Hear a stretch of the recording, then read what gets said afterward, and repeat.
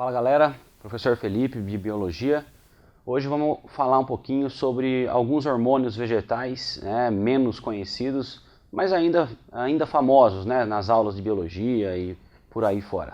Bom, são eles as giberelinas e as citocininas, dois grupos de hormônios que fazem parte e trabalham, vamos dizer assim, trabalham juntos com as auxinas no crescimento do vegetal. Como eu escrevi aqui, ambos, tanto a giberelina quanto a citocinina, estão relacionados ao crescimento vegetal, bem como as auxinas, o AIA, aquele hormônio super famoso, talvez o mais famoso das plantas e das aulas de biologia.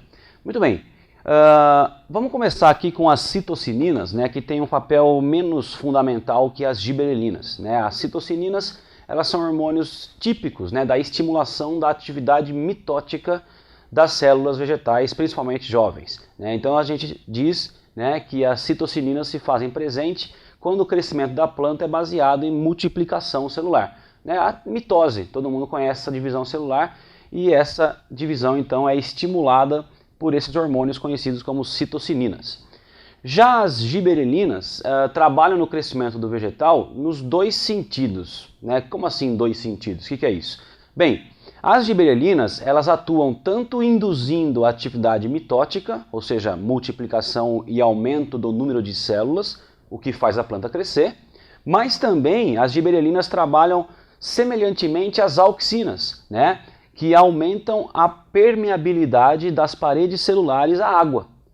Com isso, ou seja, na presença da giberelina, então, as paredes das células vegetais ficam mais permeáveis à água e a água acaba entrando com mais facilidade nessas células. Sendo assim, essas células acabam inchando, crescendo volumetricamente, porque a água está entrando, e isso faz com que as células se distendam.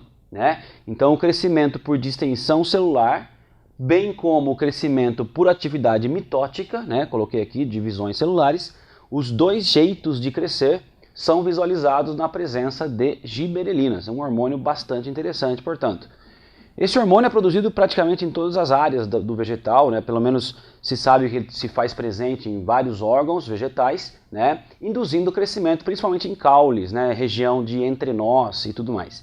Mas também aparece em regiões de frutos, ápices de galhos e presença em frutos, o que também foi descoberto que elas, as giberelinas, promovem o desenvolvimento dos frutos. Então, o momento em que a flor é fecundada e aquele ovário da flor vai virar um fruto, isso é induzido pela giberelina. Perceba que eu não estou falando do amadurecimento do fruto, estou falando da formação do fruto. E é aí que as giberelinas participam. E também há participação das giberelinas na quebra da dormência das sementes. Sementes que acabaram de ser lançadas pela árvore, sementes que acabam de cair em regiões não propícias por causa do frio, talvez um pouco de neve e tal. Certas sementes não germinam em condições desfavoráveis, mas ficam ali, vivas. Quando o ambiente muda, o calor, a água volta a aparecer, essas sementes acabam absorvendo água e começam a produzir, o embrião lá dentro começa a produzir giberelinas.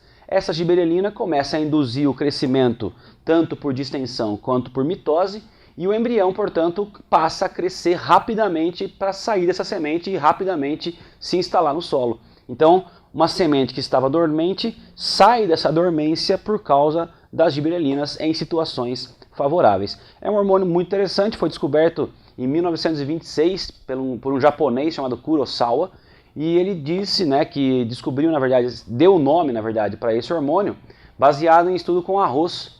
O arroz que ele tinha lá uma série de plantas de arroz que estavam contaminadas por um fungo do gênero Gibberella. E esse fungo produzia substâncias que faziam o arroz crescer indefinidamente, mas de forma fraca, muito sensível, e acabava caindo e morrendo. Quando descobriram esse hormônio, que tem um papel semelhante, induzir o crescimento avançado das partes vegetais, esse japonês então não teve dúvida e deu o nome para o hormônio de giberelina em homenagem à substância que o fungo Gibberella produzia.